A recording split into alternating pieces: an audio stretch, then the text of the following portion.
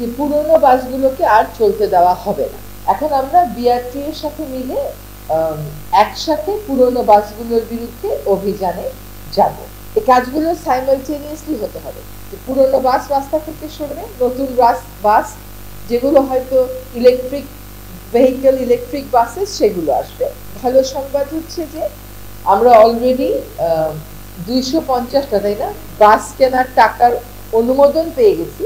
কিন্তু সরকারি যে প্রক্রিয়া সেটা শেষ করতে করতে আমাদের সময় এই বাস কেনা হবে কিনা জানি। But the good news is সেটার অ্যালোকেশনটা আমরা পেয়েছি। মিড টার্মে যেটা বলা হচ্ছে যে এয়ার কোয়ালিটির আসলে সোর্স অ্যাপরশনমেন্টটা করা দরকার, যে কোথা থেকে আসলে জিনিসটা আসছে। এটা একটা কন্টিনিউয়াস প্রসেস। আপনারা ওনাদের প্রেজেন্টেশনেই দেখবেন যে how China has improve. China এখনো কিন্তু ইমপ্রুভ করে যাচ্ছে, বেইজিং এখনো কিন্তু ইমপ্রুভ করে যাচ্ছে। It's a continuous process. আমাদের স্যানিটারি ল্যান্ডফিল, আমাদের আমিনবাজারি বলেন আর মাতুয়াইলি বলেন, ভয়ঙ্কর অবস্থা।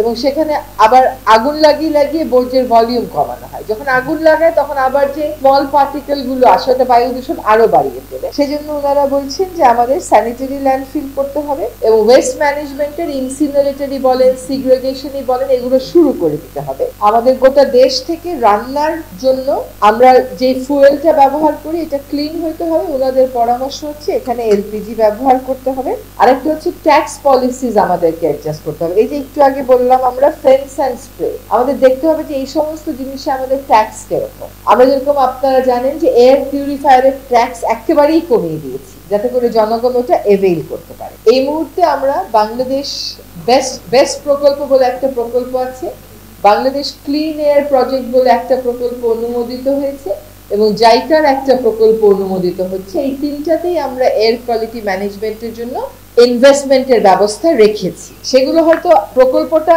আমরা আনবার চেষ্টা করেছি, কিন্তু টাকাটা আমাদের সময় ব্যয় হবে কিনা জানি না। ওটা সম্পর্কে আমাদের পরিবেশ অধিদপ্তরের পরিচালক মহোদয় কথা বলবেন।